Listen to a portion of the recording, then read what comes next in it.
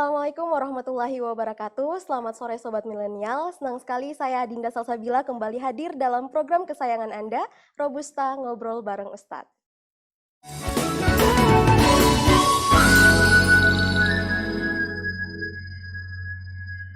Ya baik Sobat Milenial, hari ini saya tidak sendirian. Saya sudah ditemani oleh rekan saya, dan saya ditemani juga oleh salah satu ustadz kami, yaitu Al-Ustadz Gufron Suratman. Assalamualaikum Ustadz. Waalaikumsalam warahmatullahi wabarakatuh. Apa kabarnya Ustadz? Baik. Alhamdulillah. Masih lebaran ya? Ya, maaf lahir batin Ustadz. Padahal WA sudah lahir batin, sekarang baru ketemu. Ya Ustadz, kemarin kita baru merayakan hari lahirnya Pancasila, ya. Dan mungkin sekarang masih dalam suasana hari lahirnya Pancasila, dan topik kita pada sore hari ini yaitu Pancasila dalam pandangan Islam. Nah, kan kemarin saja ya kita baru memperingati hari lahir Pancasila. Nah, secara sunatullah setiap yang lahir itu pasti ada yang melahirkannya. Nah, dalam sejarahnya apakah Pancasila lahir oleh budaya bangsa atau lahir dari pemikiran para tokoh agama, Ustadz? Baik, Assalamualaikum warahmatullahi wabarakatuh. Waalaikumsalam yang dirahmati Allah Subhanahu wa Ta'ala. Kayaknya topik kita hari ini agak sedikit serius. Iya. Serius artinya bukan main-main, bahwa walaupun kita ngobrol, kalau biasanya kan kita ngobrol cuma biasa-biasa saja. Hari ini saya sedikit banyak harus membuka sejarah, harus membuka pendapat-pendapat para tokoh yang kemudian berbicara tentang Pancasila, karena hari ini juga masih hangat-hangatnya. Ada yang mengatakan saya Indonesia, saya Pancasila. Orang yang tidak mengucapkan itu apakah tidak Indonesia, apakah tidak Pancasila, itu juga menjadi sebuah perdebatan. Topik kita hari ini tentang Pancasila dalam pandangan Islam. Ya, kita sebagai umat Islam yang mayoritas di Indonesia, bahwa Pancasila ini sudah final. Pancasila ini sudah tidak ada perdebatan, menjadi sebuah dasar dalam berbangsa dan bernegara. Ini menjadi satu urusan yang sangat final, yang kemudian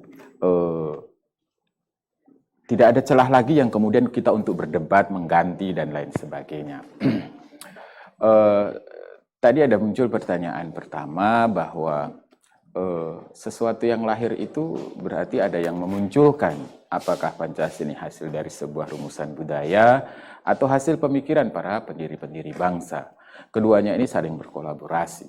Kita tahu bahwa negara Indonesia ini dulu yang pertama adalah terdiri dari kerajaan-kerajaan yang kemudian bersatu menjadi blok-blok yang kemudian disatukan oleh yang namanya Nusantara. Nah, para pemikir-pemikir bangsa ini yang kemudian mempersiapkan, membuat sebuah kesepakatan, dan seluruh unsur dan elemen yang ada di situ bersepakat, yang kemudian muncullah yang namanya Pancasila, yang kemudian ada yang dikenal dengan Piagam Jakarta. Sekali lagi, kita tidak sedang membahas untuk mempertentangkan ini dan itu, tapi bahwa hari ini ya secara fakta, secara hukum, bahwa Pancasila itu adalah satu-satunya dasar berbangsa dan bernegara yang harus kemudian kita semua sebagai warga negara Indonesia itu wajib untuk kemudian menjaga dan melaksanakannya apa yang tergantung di dalamnya. Urusan kemudian dia nanti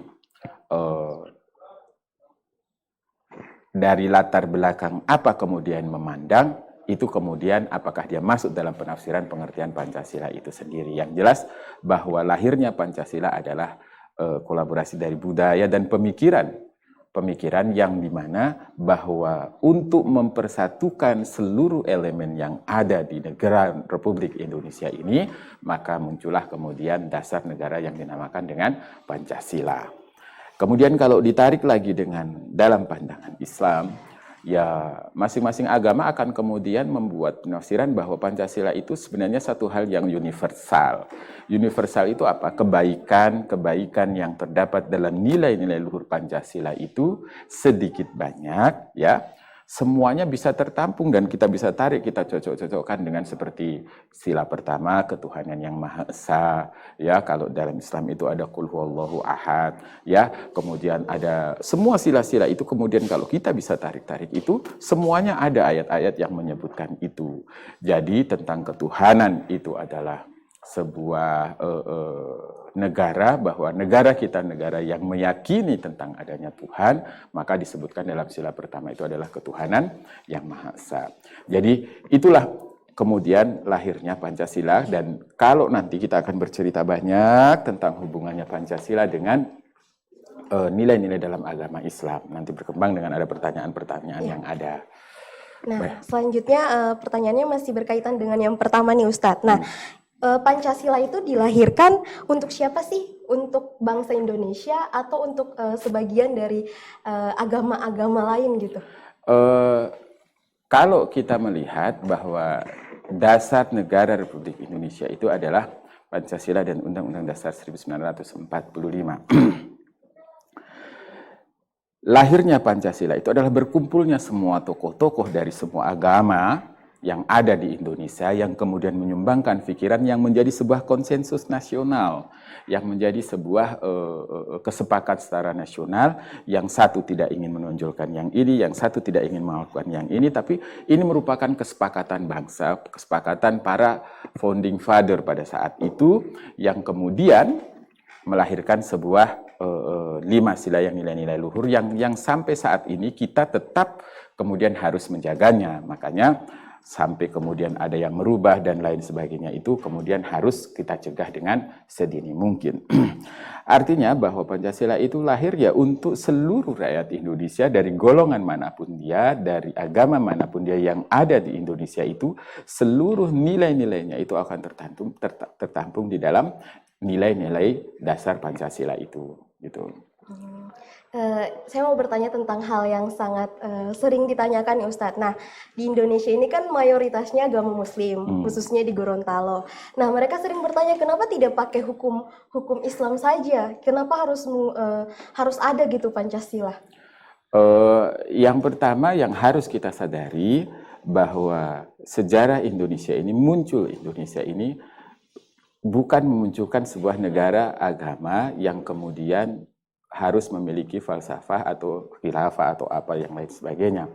Tapi Indonesia muncul ini adalah hasil dari perjuangan, walaupun saham umat Islam itu secara sejarah, secara de jure, secara fakta, memiliki saham yang sangat luar biasa, akan tetapi begitu lapangnya para umat Islam ini kemudian memberikan ruang kepada saudara-saudara yang lain yang ikut juga berjuang. Dan ingat ya, sebenarnya kesepakatan para founding father pada saat itu menentukan Pancasila itu sebagai dasar negara itu lebih banyak kemudian kita mengalahkan, tetapi mengalah itu bukan berarti kalah. Mengalah itu dalam rangka untuk kemudian mempersatukan Nusantara yang begitu luas, yang memiliki agama lebih dari satu, ada Islam, ada Hindu, ada Buddha, ada Kristen, ada Katolik, ada Protestan. Semuanya itu kemudian ditampung dalam sebuah wadah yang namanya Indonesia. Kemudian hal ini juga sebenarnya pernah dilakukan oleh Rasulullah SAW pada saat perjanjian Hudaybiyah.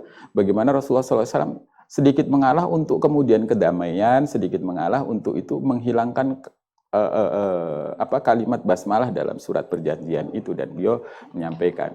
Bahkan Rasulullah SAW juga bagaimana kemudian mendamaikan pada saat peristiwa mengangkat Hajarul Aswad. Ada pertentangan, dari suku ini harus dia yang mengangkat, dari suku ini harus dia mengangkat, dia yang berhak dan lain sebagainya. Akhirnya Rasulullah datang kemudian memberikan, ya sudah, yang satu pegang sebelah sini, yang satu pegang sebelah sini, yang satu pegang sebelah sini, yang satu pegang sebelah sini, yang kemudian semuanya mendapatkan bagian. Ini adalah bagian dari sebuah gambaran betapa orang-orang terdahulu, para tokoh-tokoh negeri ini yang terdahulu sebagai founding father, pendiri bangsa ini kemudian menampung seluruh aspirasi itu, yang kemudian kesepakatan itu diwujudkan dalam sebuah dasar negara, yaitu Pancasila. Dari situ, karena kesepakatan ini bukan satu hal yang kemudian mudah dilakukan, maka kita harus menjaganya dengan baik. Ya, makanya kalau ditanya kenapa kita yang mayoritas Islam, karena kita sedang tidak mendirikan negara Islam, ya. Kalau kemudian itu kemudian dilakukan untuk dirinya dan lain sebagainya, untuk kemudian dia bagian tanggung jawab dia dengan Allah Subhanahu wa taala, yaitu di luar peristiwa yang kita. Tapi keyakinan sebuah negara yang memiliki dasar, ya, dasar negara yang kemudian itu menjadi konsensus nasional dan konsensus bersama sejak berdirinya negara Republik Indonesia itu yang harus kita jaga sampai sekarang.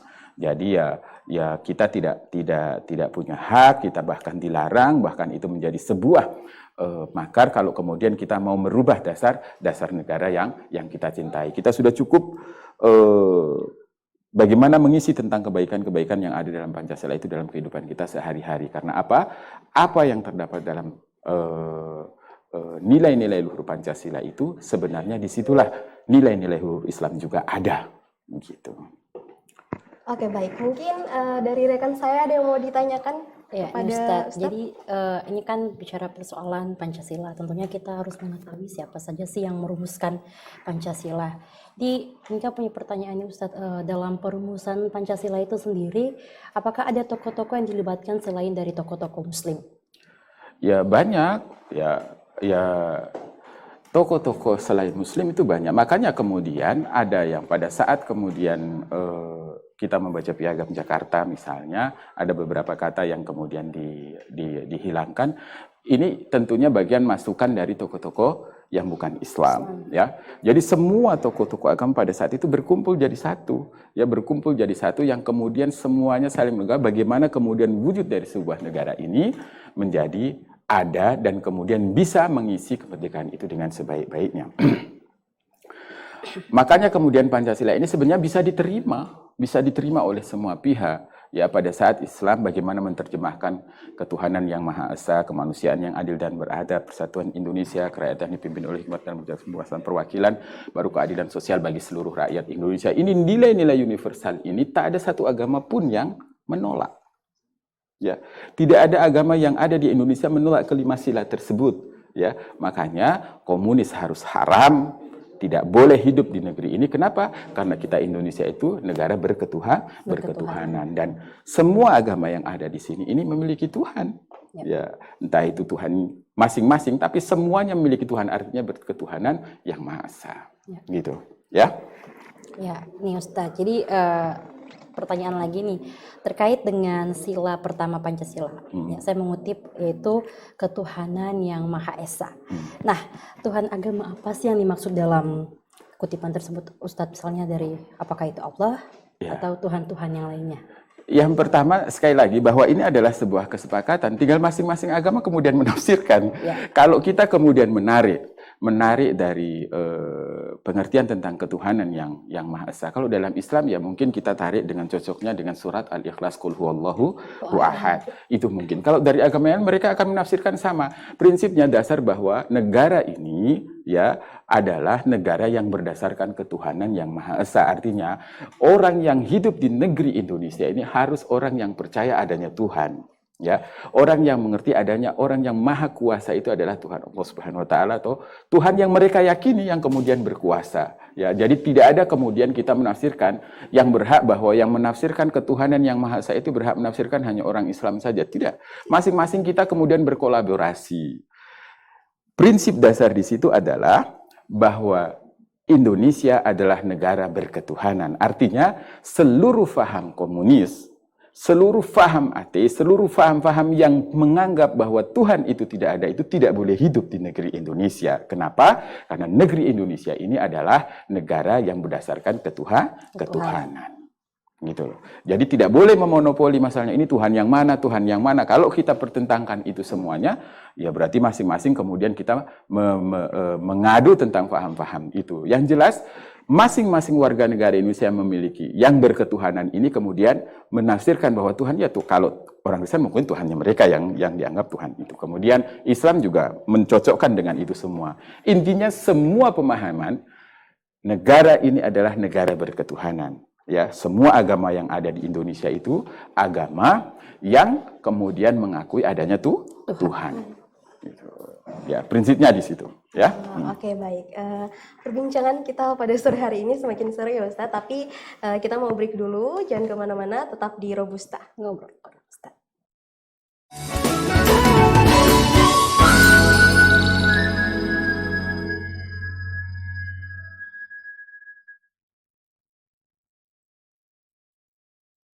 Pemirsa Mimosa Podcast, Sejak kecil saya ini hidup susah. Bincang santai bersama tokoh pasti dia punya inspiratif. daya juang pasti makin lebih tinggi. Menanggalkan warna-warni perbedaan untuk membangun Gorontalo. ketidakadilan. Memberikan informasi bagi pemirsa. Dengan rasa penuh tanggung jawab. Ini yang mendorong saya sebenarnya. Untungnya statistika sosial itu di situ. Betul. Kita bisa bermain. Iya. Apapun yang kita lakukan, hanya satu tujuannya, Mimosa bagaimana Podcast rakyat hadir sejahtera. untuk Gorontalo. Menata atau membangun. Mimosa Podcast Wisata atau setiap budaya. Selasa dan Baik, Kamis singa atau pukul harimau. 20 Harimau. waktu Bupati Indonesia atau Tengah. gubernur. Hanya di Mimosa TV.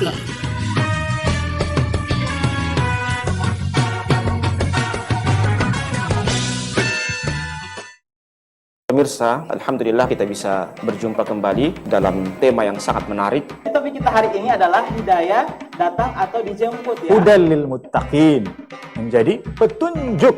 Jadi bahwa hidayah itu adalah sebuah panduan. Nabi bersabda, la salata liman lam yaqra bi Fatihatil Kitab. Tidak sah salat seseorang ketika dia tidak membaca surah Al-Fatihah. Alladzi khalaqal maut, ya, alladzi yang menciptakan, khalaqa yang menciptakan maut wal hayat. Rasulullah pernah ingatkan kepada kita, Rajab menanam, Sya'ban kita menyiram, dan Ramadan kita panen. Al-ilmu sayyidun wal kitabatu qayyidun. Qayyid suyudaka bil hibalil wafiqah. Ilmu itu laksana binatang buruan. Tulisan itu adalah ikat, maka ikatlah binatang buruan itu dengan ikatan yang kuat. Siapa yang mencela Nabi dalam bentuk apapun, dalam bentuk karikatur kah, atau dalam bentuk perkataan kah, atau dalam bentuk sikap kah, kalau itu bentuknya adalah menghina Nabi kita yang mulia sallallahu alaihi wasallam, maka itu adalah prinsip dalam Islam yang tidak boleh ditawar-tawar. Sobat milenial, jangan lupa nonton Robusta, ngobrol bareng Ustadz. Setiap Rabu dan Jumat, 4:30 sore, hanya di Mimosa TV.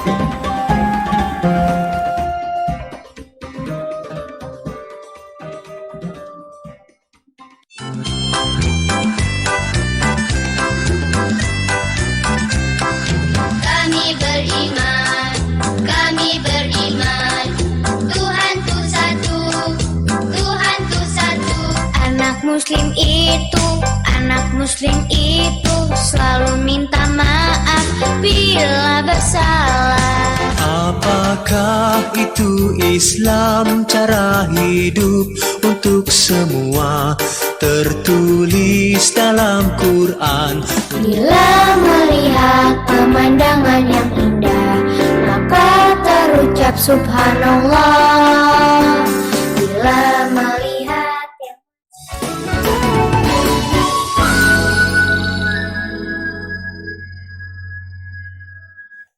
Baik Sobat Milenial, masih bersama kami dalam program kesayangan Anda yaitu Robusta. Dan masih bersama Ustadz Gufron Suratman dan rekan saya. Untuk rekan saya, jika ada yang masih ingin ditanyakan? Iya nih Ustadz, baru-baru ini kan sedang viral terkait tes wawasan kebangsaan Ustadz. Iya. Ada pertanyaan seperti ini, mau pilih Al-Quran atau Pancasila? Kalau menurut Ustadz, apakah pertanyaan seperti ini cocok untuk ditanyakan kepada seseorang yang ingin mentes wawasan kebangsaan seseorang? Yang pertama, saya mesti harus banyak melihat dan membaca dulu apa maksud TWK itu ada pertanyaan seperti itu. Ini sensitif loh. Iya. Agak ngeri-ngeri juga. Jadi yang pertama tes TWK, tes wawasan kebangsaan, kemudian membenturkan antara keyakinan, ya agama seseorang, kemudian dengan membenturkan dengan Pancasila sebagai dasar negara, kemudian salah satu keduanya harus diantara memilih itu. Sekali lagi saya berpendapat secara pribadi bahwa sebenarnya tidak layak. Kenapa? Saya berpikir bahwa orang yang mencintai agamanya, saya yakin dia nasionalismenya sangat tinggi sekali. Ya. Contohnya, kurang apa para ulama-ulama dahulu itu kemudian berjuang untuk kemerdekaan Indonesia. Ya. Kurang apa para ustadz-ustadz terdahulu, pahlawan-pahlawan kita yang muslim itu ya mulai dari Jenderal Sudirman, ya kemudian Hadratus Syekh Hasyim Asy'ari, kemudian ada ulama-ulama Kiai Haji Ahmad Dahlan yang kemudian sudah dinobatkan sebagai pahlawan nasional. Kurang apa mereka kemudian cintanya kepada negeri ini? Kurang apa mereka pengetahuannya tentang Al-Quran? Ya. Tapi kemudian mereka dengan pengetahuan Al-Qur'annya yang baik, dengan pengetahuan hadis Islamnya yang baik, justru menambah kecintaan mereka terhadap negara ini. Nasionalisme mereka jauh lebih tinggi. Kenapa? Karena sekali lagi, dasar negara ini, Pancasila ini, dari 5 sila yang disebutkan itu sebenarnya itu adalah nilai-nilai Islam itu sendiri. Iya. Jadi tidak boleh kemudian kita ditentangkan antara Quran dengan Pancasila. Kita tidak boleh kemudian mengadu, ayo pilih mana, pilih Quran atau pilih Pancasila. Ya. Itu pertanyaan konyol menurut saya. Maksudnya, apalagi yang saya dengar yang viral itu, bahwa pertanyaan itu justru diajukan dalam rangka TWK-nya untuk para pegawai Komisi Pemberantasan Korupsi. Nah, ini bicara itu juga ngeri juga. ya, prinsipnya begini. Kita sebagai milenial ini, bahwa nilai-nilai yang terkandung dalam Pancasila kalau kita tarik menjadi sebuah ajaran Islam, bahwa menilai ketuhanan, nilai persatuan, nilai kemanusiaan, nilai keadilan sosial, dan nilai permusyawaratan itu adalah nilai-nilai yang terdapat di dalam Al-Quran. Makanya tidak perlu dipertentangan. Sahabat milenial juga harus paham bahwa kalau dulu mungkin kalian tidak mengalami ya yang namanya P4 ya. Enggak, jauh ya. Iya. Kita jauh.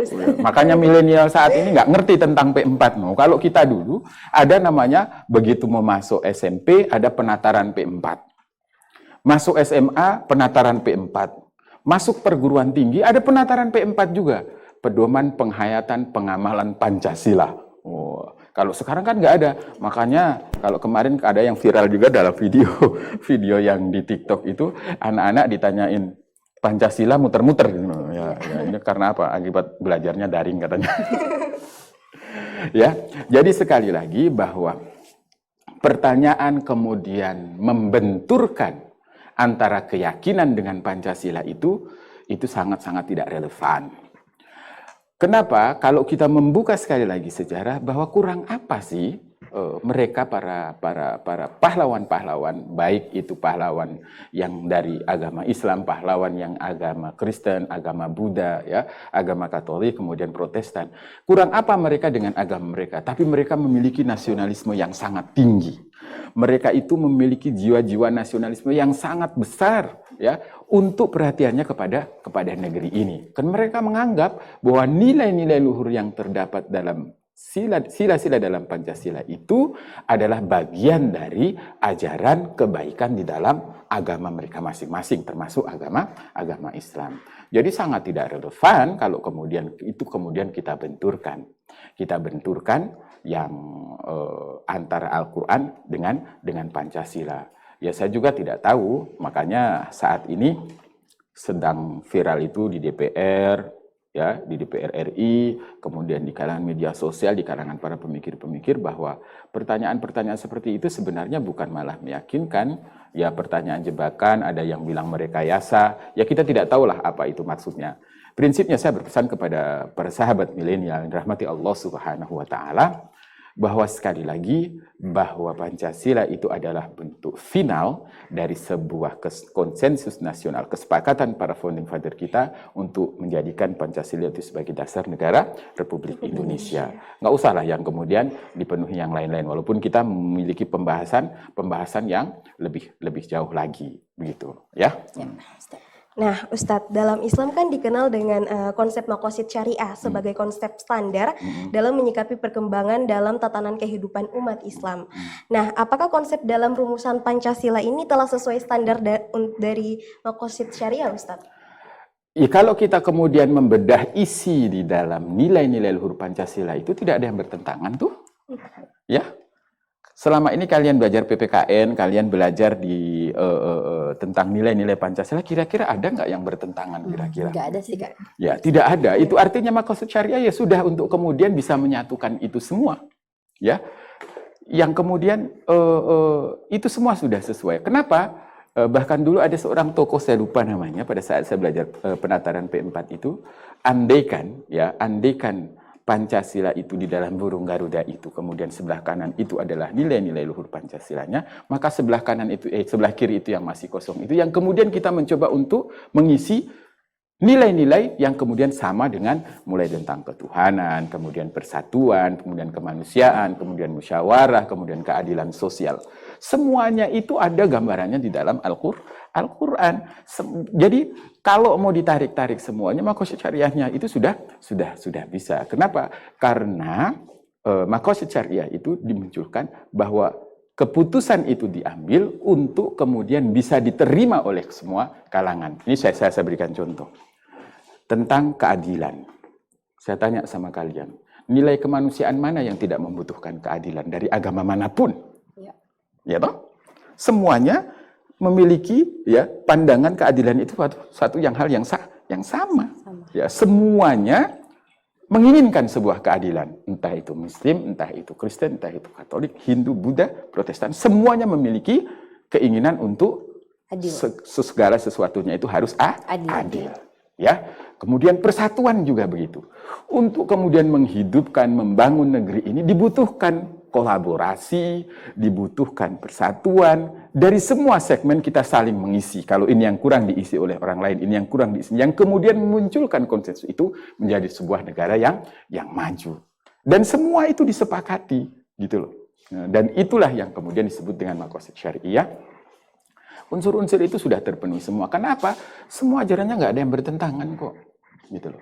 Terlalu berlebihan yang kemudian kalau sekali lagi kemudian kita mencoba untuk menggali, mengorek-ngorek, mempertentangkan itu semua sehingga para sahabat milenial ini kayaknya agak linglung. Saya curiga juga kenapa pada saat ini banyak para kaum sahabat milenial yang kemudian mencoba mengusik-musik itu karena mereka juga lagi bingung. Kenapa? Mereka tidak paham betul tentang sejarah. Mereka tidak paham betul tentang bagaimana para founding father ini mendirikan negeri ini. Perjuangan para ustadz, para ulama, para masyayikh, ya, mulai dari Jenderal Sudirman, kemudian Hadrat Syekh Kiai Hasyim Asy'ari, kemudian Ahmad Dahlan, dan seluruh pahlawan-pahlawan, para waliullah, semuanya itu bagaimana mendirikan negeri ini, kemudian menjadikan negeri ini berdasarkan Pancasila.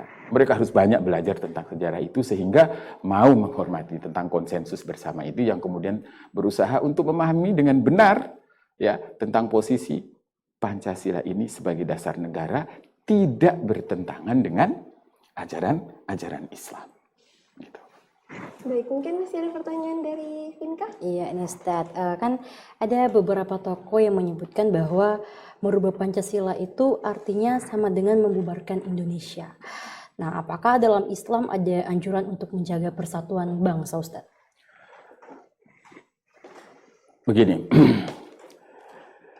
kalau kita bersepakat, ya, kalau kita bersepakat untuk sepakat tentang sesuatu, ya, dalam Islam berpegang teguh terhadap janji, ya, berpegang teguh terhadap kesepakatan yang sudah disepakati. Bahkan dalam Quran itu ada yang disebutkan bahwa innal ahda kana mas'ula, ya, janji itu nanti akan ditanya, ya, kalau kita berjanji tak ditepati, apalagi yang kemudian dalam hutang piutang misalnya, idza tadayyantum bidainin ila ajalin musamman faktubuh, suruh menulis kemudian untuk dicatat. Ini menjadi sebuah kesepakatan yang kemudian tidak boleh dilanggar.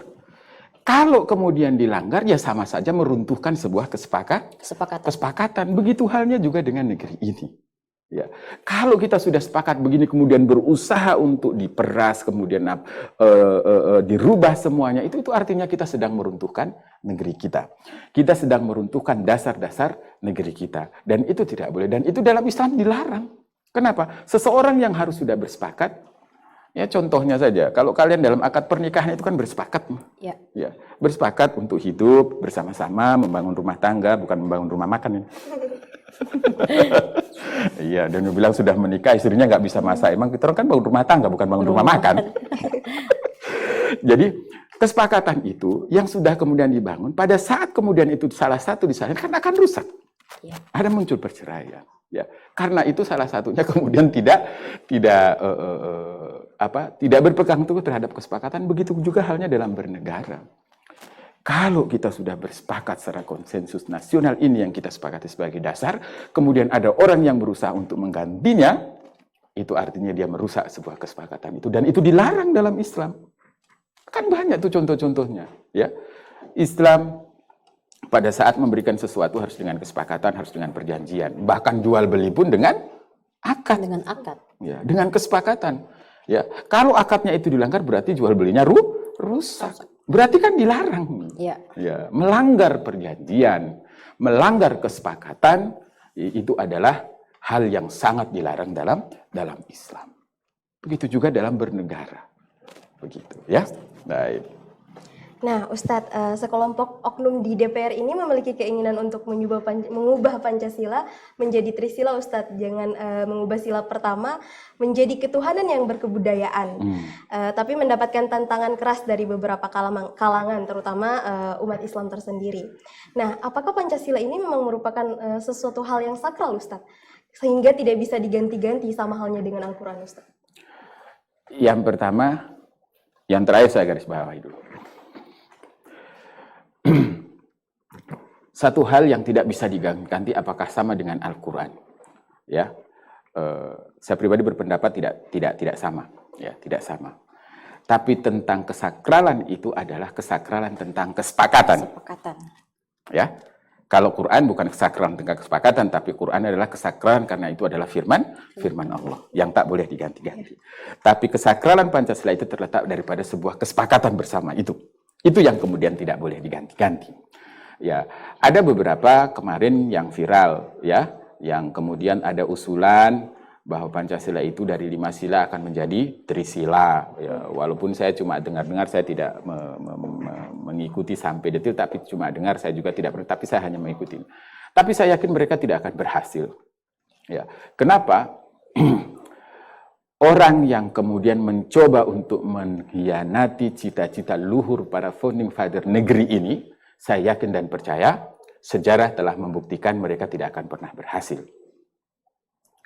Pemberontakan DITII, G30 SPKI, mulai dari yang pertama, kedua, ketiga, sampai sekarang kemudian muncul, pasti kemudian akan mendapat tantangan yang sangat besar kepada orang atau warga negara, para tokoh yang sangat mencintai negeri ini. Itu yang harus, ini para sahabat milenial yang harus paham tentang ini. Bahwa pasti tidak akan berhasil. Kenapa? Pasti itu akan mendapatkan tantangan yang sangat luar biasa kepada rakyat, kepada orang-orang yang sangat peduli tentang keberadaan negeri kita yang kita cintai ini. Negeri Indonesia yang sangat kita cintai ini akan tetap kokoh dengan Pancasilanya. Makanya para sahabat milenial harus paham tentang ini semuanya, ya. Jangan coba enak. Ya, karena mungkin para sahabat milenial ini kalau saya menganggap bahwa kenapa sekarang itu banyak para sahabat-sahabat milenial ini, para pemuda yang masih milenial ini tidak begitu konsen dengan yang namanya dasar negara, tidak begitu konsen dengan masalah pemerintahan, karena mereka ada disibukkan dengan sesuatu yang lain. Ya. Saya ini sering kesana kemari ketemu mahasiswa sibuknya main game. Ya, ketemu masih bagus laki-laki dikit. Ada juga perempuan rupanya keranjingan game juga. Gitu. Ya, kalau dulu kan tidak ada, handphone belum ada, televisi pun hanya satu stasiun, ya hanya TVRI. Kan sekarang sudah berpuluh-puluh, bahkan internet, kemudian channel YouTube, semuanya nyaris bebas tanpa batas.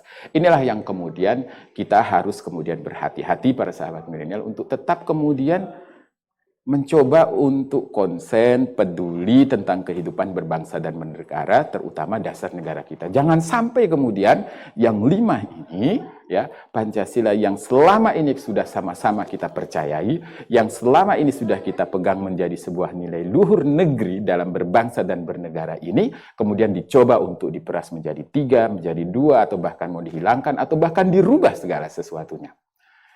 Itu yang harus kita waspadai. Nah, Ustadz, seharusnya kita sebagai manusia ini ketika kita mengamalkan Pancasila kan seharusnya kita bisa menghargai setiap perbedaan.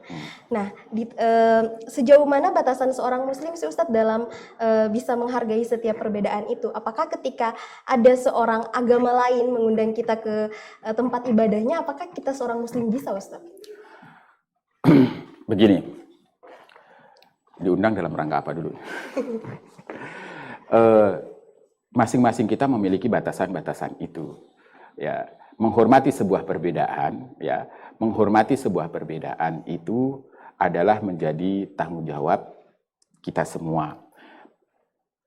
Agama kita mengatur, Islam mengatur, Pancasila juga mengatur, saling menghormati, ya. Menjaga persatuan, perbedaan boleh, tapi tetap kemudian bersama-sama. Kalau dalam istilah dalam Quran itu disebutkan lakum dinukum waliyadin, bahwa bagimu agamamu dan bagiku juga agamaku. Ini menunjukkan bahwa ya perbedaan-perbedaan yang ada itu bisa kemudian hidup rukun di negeri yang kita cintai ini karena kita kemudian menganut sebuah kebersamaan yang namanya Pancasila. Yang jelas, saya pikir perbedaan yang kemudian menjadikan sebuah perselisihan itu saya melihatnya bukan perbedaan yang munculnya, disebabkannya bukan perbedaan, ya. Kalau kemudian ada keributan di sana, ada penyerangan di sana, itu bukan perbedaan, tapi karena ketidakadilan. Gitu. Karena ketidakadilan, maka konsep keadilan dalam Pancasila, konsep keadilan dalam agama Islam, konsep keadilan itu menjadi sebuah nilai universal yang semua orang harus menegakkan. Akar masalahnya kan itu, gitu. Ya, kenapa kemudian orang yang tidak punya kemudian mencuri? Karena ekonomi ini tidak terdistribusi dengan baik sampai ke ini, kemudian ada yang iri, ada yang dengki. Maka munculnya adalah ketidakadilan. Itu tentang perbedaan. Kalau kemudian tadi ada pertanyaan, sampai batasan mana? Ya kalau dalam Islam kan ada batas-batasnya. Kalau diundang, ya kalau diundang kemudian untuk ibadah, ya kita harus menolaknya. Ya, kalau diundang untuk hanya kemudian meresmikan sebagai sebuah penghormatan, saya pikir itu hal yang ditolerir karena bagaimana Rasulullah SAW itu jangankan untuk itu. Beliau tidak akan meruntuhkan rumah seorang Yahudi kalau tidak salah yang kemudian tanahnya tidak diberikan untuk perluasan masjid atau tidak, nanti kita buka lagi itu sejarahnya. Itu kemudian Rasulullah tidak pernah mengusik, itu artinya penghormatannya luar biasa. Ya, ini padahal berbeda secara prinsip sekali. Jadi itu kalau diundang kemudian bergotong royong, ya, bergotong royong. Kalau misalnya kita diminta untuk menjaga keamanan, ya ada yang bertugas menjaga keamanan itu petugas keamanan, kepolisian, ya ada TNI, ya ada Polri. Ya kita membantu untuk kemudian membuat suasana itu lebih kondusif. Saya kira jelas dan ini sudah masing-masing kita memiliki keyakinan tentang batasan-batasan masing-masing tentang menghadapi sebuah perbedaan ini. Ya. Oke, baik. Sobat Milenial, setelah ini kita masih akan ada lagi pertanyaan-pertanyaannya seru. Jadi jangan kemana-mana, tetap bersama kami di Robusta Ngobrol Bareng Ustadz.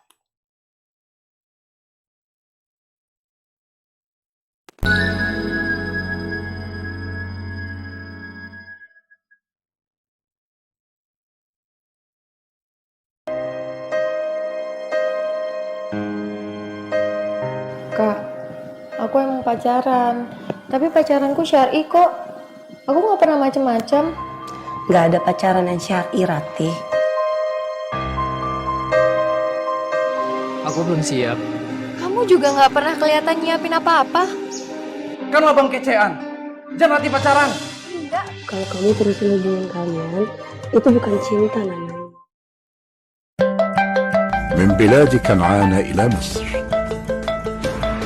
أبشروا يا بني إسرائيل إنها أبواب مصر. لقد كان موسى من بني إسرائيل. Iblis kemudian menaburkan penyakit di sekujur tubuh Nabi Ayub sehingga beliau menderita sakit kulit yang menjijikkan. Nabi Adam kemudian mendiami surga di mana beliau tidak akan kelaparan, tidak akan sakit, dan tidak akan merasakan panasnya matahari. Nabi Ayub alaihissalam adalah orang yang kaya raya.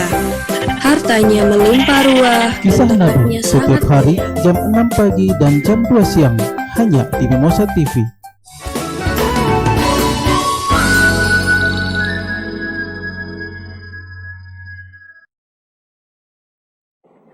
Baik, kembali lagi bersama kami dari program Robusta, Ngobrol Bareng Ustadz.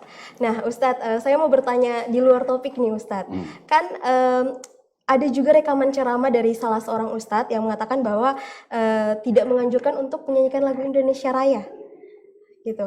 Mungkinkah ada yang tidak sesuai dengan ajaran Islam dalam teks lagu Indonesia Raya, Ustadz? Dan atau ada sesuatu yang bertentangan dengan agama, Ustadz, dalam teks Indonesia Raya? Baik.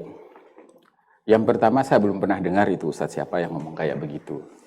Ya, mungkin ada yang sudah pernah dengar. Begini, sejak saya diajarkan lagu Indonesia Raya, yang saya selalu ingat itu, pokok dari lagu Indonesia Raya itu adalah bangunlah jiwanya, bangunlah badannya. Artinya bahwa bangunlah jiwanya. Rasulullah Shallallahu Alaihi Wasallam itu diutus ke muka bumi ini, ya, liutammima makarimal akhlak. Innama bu'ithtu liutammima makarimal akhlak. Aku tidak diutus di muka bumi ini kecuali untuk menyempurnakan akhlak yang mulia. Bangunlah jiwanya, itu bagian dari sebuah kemudian perwujudan, kemudian kita, negeri ini akan baik kalau jiwa seluruh rakyat Indonesia ini baik. Ya. Kemudian setelah itu kemudian diikuti bangunlah badannya, fisik, ada pembangunan, ada infrastruktur, ada gedung, ada bandara, ada pelabuhan, ada sekolah, ada fasilitas apa semuanya. Itu bagian juga dari perwujudan. Mulai dari awal sampai akhir itu saya tidak mendapatkan ada yang bertentangan, ya. Dan semuanya itu baik, kalimat-kalimatnya juga baik, ya. Ya, saya tidak tahu kalau kemudian di Bali itu ditafsirkan yang tidak baik, tapi selama ini saya belajar dan saya diajarkan oleh guru-guru saya yang kemudian mereka juga guru-guru saya itu bukan orang-orang yang tidak paham tentang Al-Quran.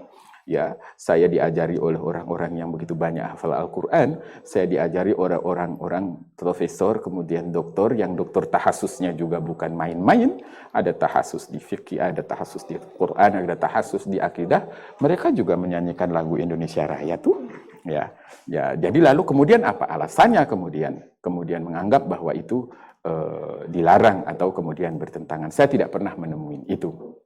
Justru setiap kita berupacara kemudian menyanyikan lagu Indonesia Raya itu mencas kembali, mengingatkan anak-anak itu, ya, sebenarnya ini yang diinginkan oleh Indonesia itu, karena lagu kebangsaan itu adalah sebagian dari sebuah ciri khas yang disebutkan mulai dari awal pendirian negara ini, yang kemudian apa tujuannya sampai kemudian terakhir, ya, sampai kemudian terakhir. Jadi saya secara pribadi menyampaikan kepada sahabat milenial, saya tidak sepakat dengan apa yang disampaikan oleh Ustadz itu dalam sebuah rekaman. Saya tidak tahu itu Ustadznya juga siapa. Ala kulli hal bahwa kita harus yakini. Karena sekali lagi sejak dari TK, saya TK cuma sehari. Artinya SD, SMP, kemudian SMA, bahkan perguruan tinggi. Saya kok tidak mendapati ada syair di lagu Indonesia Raya itu kemudian yang bertentangan dengan ajaran Islam. Ya, saya tidak tahu, kalau mungkin ilmu saya yang kurang, tapi sampai saat ini saya diajarkan oleh guru-guru, ya, ustadz-ustadz, dosen-dosen yang kemudian mumpuni dalam ilmunya, bukan hanya ilmu bertata negara tapi ilmu agama. Ada yang hafal Quran, hafal kitab ini, hafal kitab ini. Mereka juga tidak pernah menyampaikan tuh bahwa lagu Indonesia Raya itu ada yang bertentangan dengan itu. Itu yang harus digarisbawahi. Saya tidak tahu dia ngajinya sama siapa. Ustadz itu menyampaikan begitu, dia belajarnya sama siapa gitu. Mungkin belajarnya sama Ustadz Google kan. Begitu, ya. Baik. Jadi beda guru ya, Ustadz? Ya. Oke, mungkin teman saya ada pertanyaan. Ustadz nih, pertanyaan Vinka tuh, bolehkah bagi seorang muslim mencintai dan berperang membela tanah airnya? Apakah sikap membela tanah air itu tidak bertentangan dengan sikap membela agama, Ustadz? Yang pertama, dalam Islam itu, ya, dalam Islam itu ada hal-hal yang kemudian kita harus lindungi, bahkan kita boleh berjuang untuk mati-matian untuk membelanya. Di samping harga diri, harta, kemudian istri, kemudian apa? Salah satunya adalah Harga diri itu adalah negara. Negara. Ya. Jadi kita harus membela ini semua yang kita miliki. Ya. Kita berperang untuk membela negara dari rampasan orang yang tidak berjauh dari seperti tadi itu melanggar sebuah kesepakatan itu dianjurkan dalam Islam. Bahkan ada hubbul watan minal iman. Ya, cinta kepada tanah air itu adalah bagian dari sebuah keimanan. Kenapa?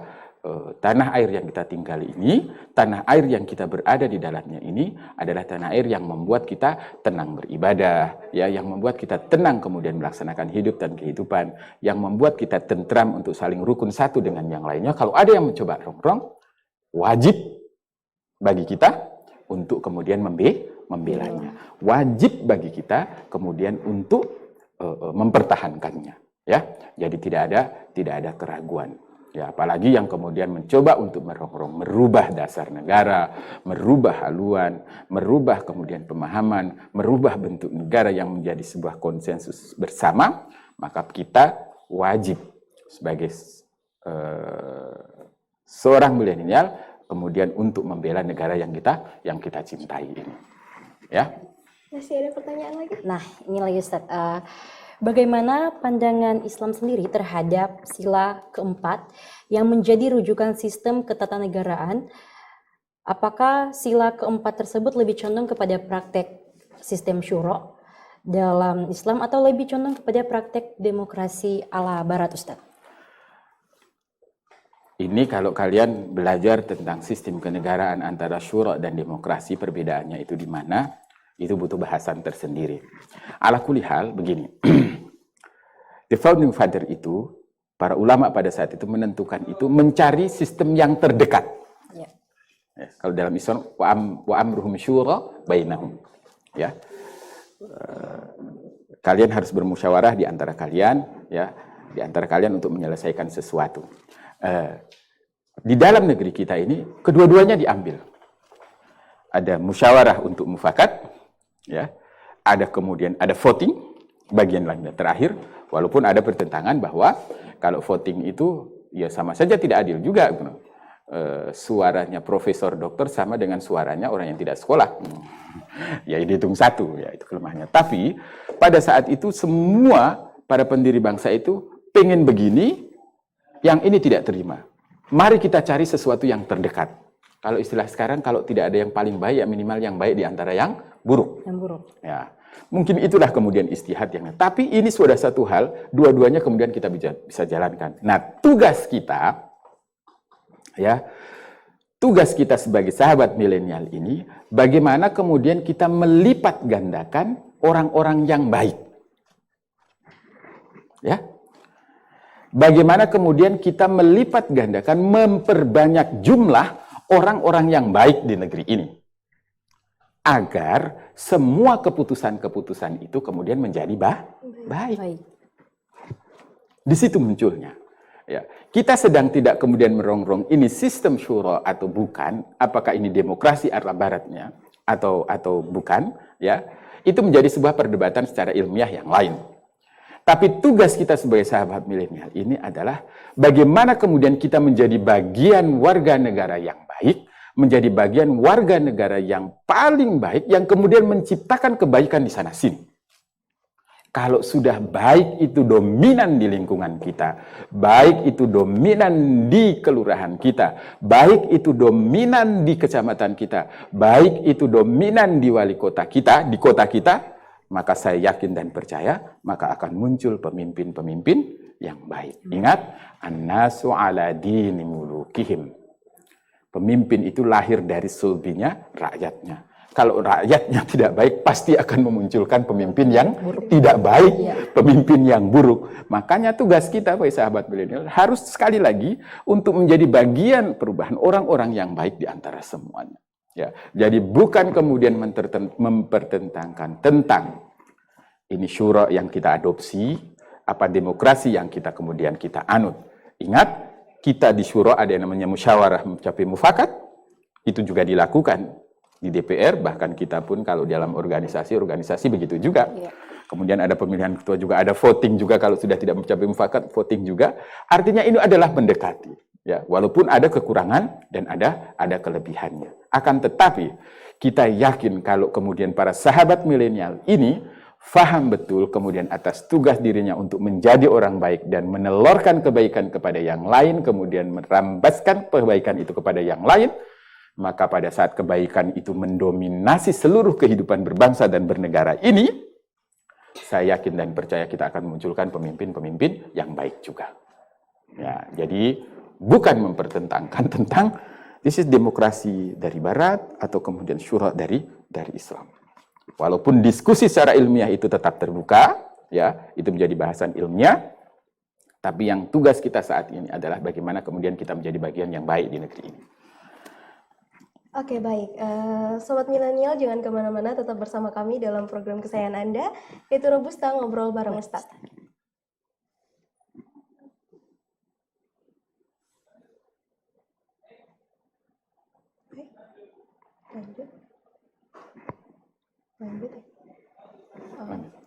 Oke, baik.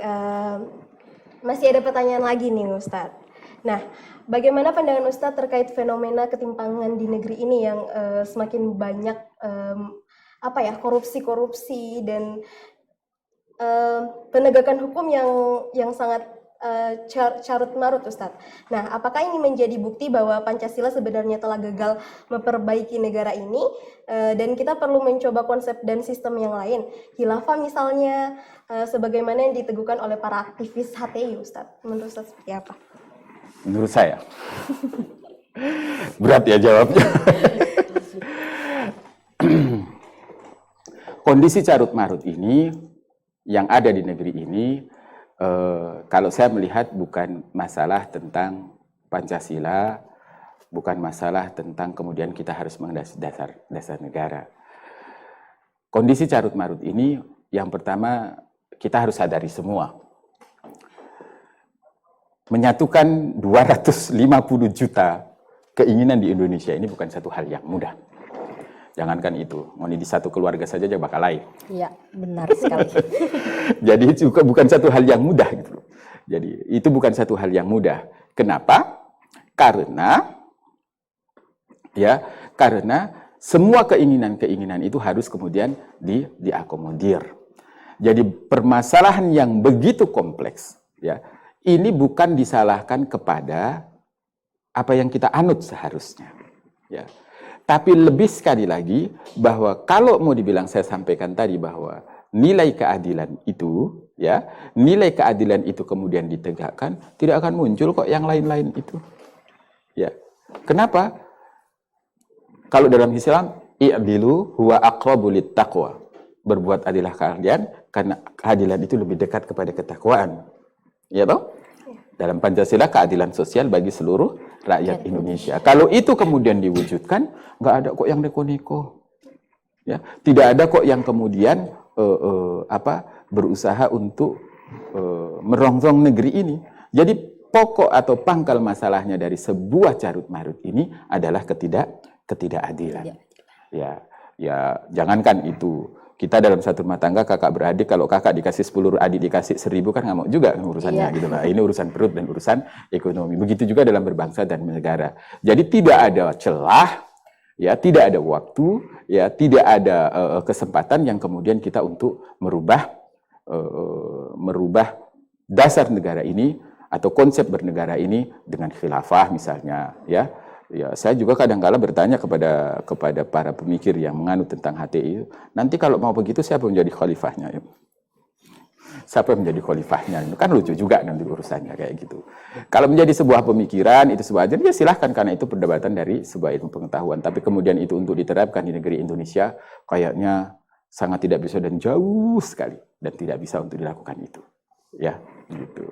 Oke, Sobat Milenial, kita sudah sampai di akhir acara, dan sebelum kita mengakhiri Robusta pada sore hari ini, mungkin Ustadz ada pesan-pesan buat pada Sobat Milenial di rumah mengenai materi kita pada sore hari ini, Ustadz, mengenai Pancasila dalam Islam.